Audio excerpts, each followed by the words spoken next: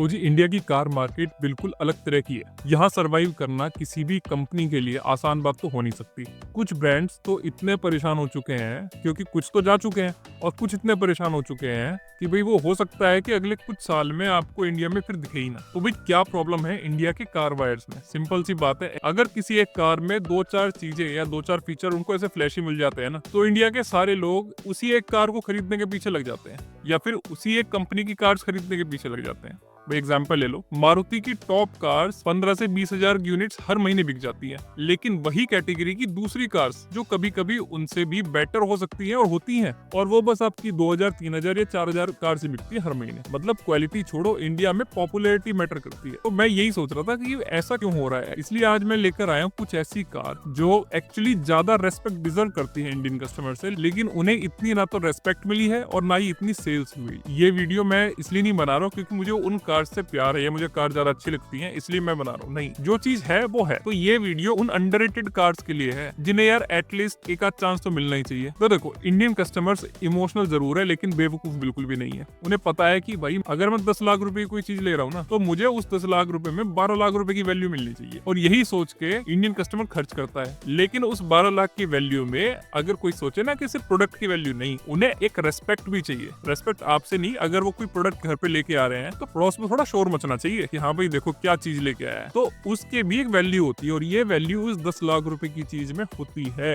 इसलिए वो आपकी चीज लेके आएंगे। इसलिए इस वीडियो में मैं सिर्फ खूबियां नहीं बताऊंगा इन कार्स की, बल्कि इनकी कमियां भी बताऊंगा, और वो चीजें जिनकी वजह से एक कार कम बिक रही है या फिर लोगों की इन पर अटेंशन जा ही नहीं रही। तो ये भी शुरू करते हैं सिट्रॉन C3 और C3 एयरक्रॉस। अब देखो, अंडररेटेड एक अलग बात होती है, लेकिन अननोटिस्ड होना ये उससे भी ज्यादा दर्द भरी बात है। भाई कम से कम एक बार जाकर कार देख तो लो। मतलब लोग सिट्रॉन के बारे में सोचते भी नहीं है। जुलाई में सिट्रॉन ने टोटल मिला के 5 मॉडल होने के बावजूद सिर्फ 500 से भी कम कार बेची है। एक बार मैं ही सिट्रॉन के शोरूम में चला गया था, सोचा किसी एक कार का जरा प्राइस पूछ लूं, लेकिन जैसे मैं अंदर गया, जितने भी वहाँ लोग खड़े थे सबकी नजर मेरे ऊपर। सब ऐसे मुझे देख रहे थे जैसे बरसों से किसी के इंतजार में बैठे थे। मुझे आते देखकर उनकी सोई हुई उम्मीदें और चेहरे पर खुशियां दोनों बढ़ गई। अब सोचो, जब बाकी एसयूवीज 6000, 7000 या लगभग 15-16 हजार तक बिक रही है हर महीने, तब सिट्रॉन की कंडीशन समझ लो क्या हो रहा है। लेकिन अब पिक्चर थोड़ी चेंज होती जा रही है। पहले सिट्रॉन ने बहुत गलतियां की थी, मार्केटिंग में बहुत कमियां थी, बल्कि मार्केटिंग थी ही नहीं, मिसिंग फीचर्स थे,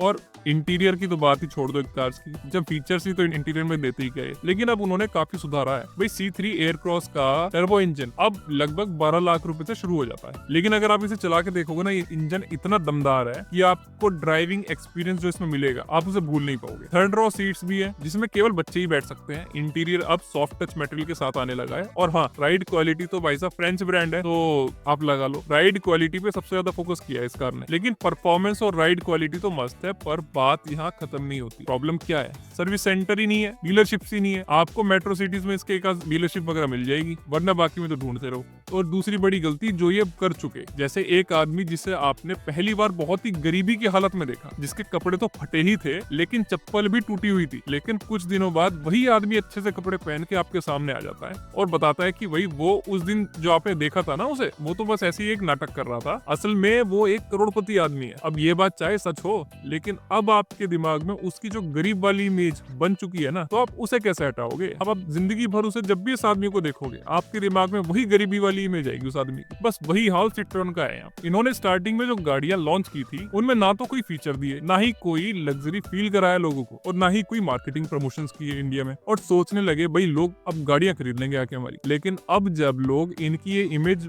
अपने दिमाग में बना चुके कि इस कंपनी की गाड़ी में ना तो कोई फीचर्स होते हैं और कॉस्ट कटिंग सबसे ज्यादा होती है, तो अब गाड़ी कैसे बेचोगे? भाई इनके साथ वही बात है, जब पूरा मेला लुट चुका तब ये जाग रहे हैं। अभी अपनी कार्स में फीचर्स भी दे रहे हैं, और महेंद्र सिंह धोनी को एज अ ब्रांड एम्बेसडर भी बना के लेके आए हैं प्रमोशंस और मार्केटिंग कराने के लिए। मतलब कार अच्छी है पर रीच ही नहीं है, लोगों को पता ही नहीं है। जब तक नेटवर्क नहीं बढ़ाओगे, लोगों को बताओगे नहीं भाई हम भी कार बनाते हैं, तो बिकेगी कहां से? तो जी इस लिस्ट में अगली कार आती है टाटा टिगोर। जी टिगोर बिकती है सिर्फ 1000 यूनिट्स पर मंथ, और इसी सेगमेंट में जो दूसरी कार्स हैं जैसे डिजायर या ऑरा, वो 5000, 6000 यूनिट हर महीने बिक जाती है बड़े आराम से। तो सवाल ये है भाई टिगोर इतनी कब क्यों बिक रही है? भाई कार में कुछ कमी है क्या? नहीं, टिगोर के पास भाई साहब डुअल सिलेंडर सेटअप है, मतलब बूट स्पेस काफी बड़ा है। 1.2 लीटर का 3 सिलेंडर का इंजन भी है, 84 bhp की पावर देता है, ठीक ठाक पावर होती है इस कैटेगरी की कार के हिसाब से, तो आपको एक बैलेंस परफॉर्मेंस मिलती है। और सबसे बड़ी बात सेफ्टी, ये कार तब भी सेफ थी जब मारुति और हुंडई कभी सेफ्टी के बारे में सोचते भी नहीं थे। तो प्रॉब्लम कहाँ है? तो भाई साहब एक तो प्रॉब्लम है इसका इंजन ऑप्शन और पोजीशनिंग। अगर टाटा ने इसे 1.5 लीटर का डीजल इंजन दे दिया होता, वही जो अल्ट्रोज में आता है, तो आज कहानी कुछ और होती। और दूसरा, ये गाड़ी एंट्री लेवल टियागो का ही एक सिडान वर्जन है, लेकिन जब आप इसकी चौड़ाई देखते हो ना कार की, तो ये कार बहुत पतली सी लगती है। मतलब इसकी रोड प्रेजेंस इतनी बोल्ड फील नहीं होती। अगर इस कार को थोड़ा चौड़ा कर दिया जाए तो लोगों की निगाहें इस पर टिकेगी, तो लोगों की निगाहें इस पर टिक सकती हैं।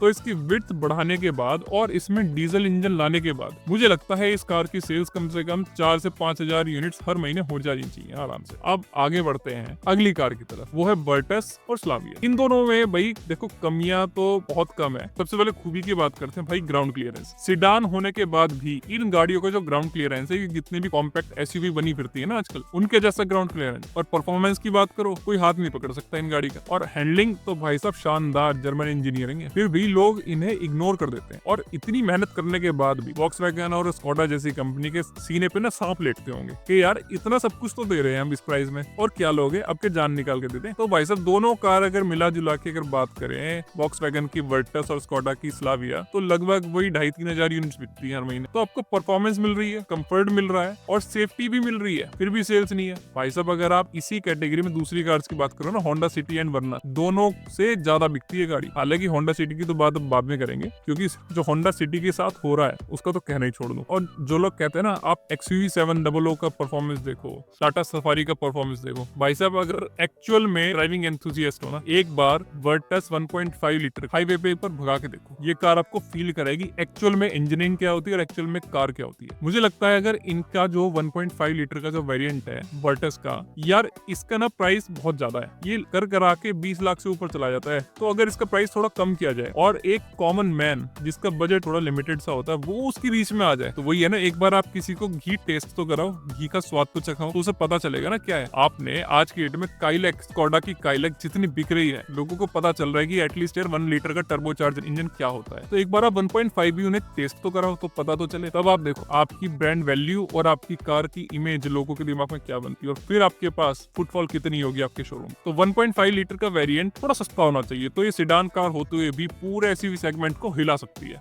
और जी अगली कहानी आती है होंडा की। अब आप सोच रहे हैं होंडा की कौन सी कार? मैं बात कर रहा हूँ होंडा अमेज की, मैं बात कर रहा हूँ होंडा सिटी की, और मैं बात कर रहा हूँ होंडा एलिवेट की। मैं तो जी सारी कार की बात कर, जब मैं सोच रहा था होंडा की कार अंडररेटेड, तो भाई साहब सारी कार अंडररेटेड है। मुझे इनकी कार में कोई ऐसी कमी बता दी जाए जिसकी वजह से इनका कस्टमर परेशान होता है। एक मार्केट में चला है ना, जिसने एक बार होंडा चला ली वो दूसरी कार पर शिफ्ट नहीं करता। होंडा के कस्टमर बहुत लॉयल होते हैं। वो क्यों होते हैं? क्योंकि होंडा की कार में आपको रिलायबिलिटी, ड्यूरेबिलिटी दोनों मिलती है। आज जिसने कार ले ली वो सर्विस सेंटर के चक्कर इसलिए नहीं काटता कि उसकी कार में कोई प्रॉब्लम है, वो सिर्फ सर्विस करवाने जाता है और फिर अगली सर्विस पे ही आपको दिखेगा वहां पे खड़ा हुआ। तो इतनी खूबी होने के बाद भी भाई क्यों नहीं बिक रही? सबसे पहला रीजन भाई साहब इंजन ऑप्शन नहीं है इनके पास। आज जितनी भी कंपनियां हैं, जितने भी कार ब्रांड्स हैं, सबके पास एक ना एक टर्बो इंजन जरूर है, ठीक है। पर होंडा इतने साल हो गए, मैं मानता हूँ इनके नेचुरली एस्पिरेटेड इंजन का कोई तोड़ नहीं है। तो इनका आईवी टेक इंजन है, उससे बेहतरीन पेट्रोल इंजन है नहीं। लेकिन फिर भी भाई साहब लोगों को ना ऑप्शन चाहिए। आपका इंजन शानदार है, बेहतरीन है, लेकिन अगर आप उसके साथ टर्बो लगा दोगे, टर्बो इंजन दे दोगे, थोड़ी परफॉर्मेंस भी मिल जाएगी, तो क्या चला जाएगा आप। यार काइलैक जैसी कार 1 लीटर के इंजन के साथ टर्बो दे रही है, नेक्सॉन आपकी 1.2 लीटर के इंजन के साथ टर्बो दे रही है, मारुति आपकी टर्बो इंजन देने लगी है, सबके सब टर्बो इंजन दे रहे हैं। आप कहाँ हो? आप पिक्चर में ही नहीं आ रहे। तो भाई आपका 1.5 लीटर और आपका 1.2 लीटर का टर्बो इंजन कब आएगा, हमें ये बता दो। लोगों को वैरायटी चाहिए, पावर ट्रेन ऑप्शन चाहिए, वरना सेल्स का ग्राफ नीचे नहीं जा रहा, आपको तो बिल्कुल जमीन के अंदर चला जाएगा। और जिस तरह की आपकी हालत चल रही है, आप अगली फोर्ड ना बन जाओ। दूसरा रीजन, थोड़ा गिमिक फीचर दे दो यार। एलिवेट में सनरूफ नहीं आती, भाई मुझे नहीं चाहिए। इंडिया में बहुत सारे लोग हैं जिन्हें चाहिए। आप उनके कार में इंजन मत दो, उन्हें तो सनरूफ दे दो, उन्हें वो चाहिए। जब वो बाइक पे चलते थे तब उन्हें कार चाहिए थी, आज की डेट में वो कार पे चल रहे तो उन्हें कार की छत खुली हुई चाहिए। तो लोगों को चाहिए भाई, इंडिया में सनरूफ का मतलब होता है लग्जरी। तो भाई दे दो ना, लोग खुश हो जाएंगे, सेल्स भी बढ़ जाएगी आप। और तीसरा और सबसे बड़ा रीजन ये है कि मार्केटिंग। पता नहीं कहाँ सोए हुए हैं होंडा वाले भाई, 2009 से लेके अब तक। और बाकी कंपनीज अभी E20 के बारे में सोच रही है या फिर जो अभी बनाना शुरू करा है, पर ये बात किसी को पता ही नहीं है कि होंडा E20 कंपेटिबल कार बना रहा है, क्योंकि उन्होंने बताया ही नहीं। अगर कोई और ब्रांड होता, इंस्टाग्राम रील से लेकर जगह जगह दीवारों पे पोस्टर चिपका देता, देखो देखो हमारी कार E20 कंपैटिबल है और आज से ही 20 साल से है, तो सॉल्यूशन क्या है? ऐसा सिंपल सी बात, मार्केटिंग करो, लोगों को बताओ आप क्या दे रहे हो।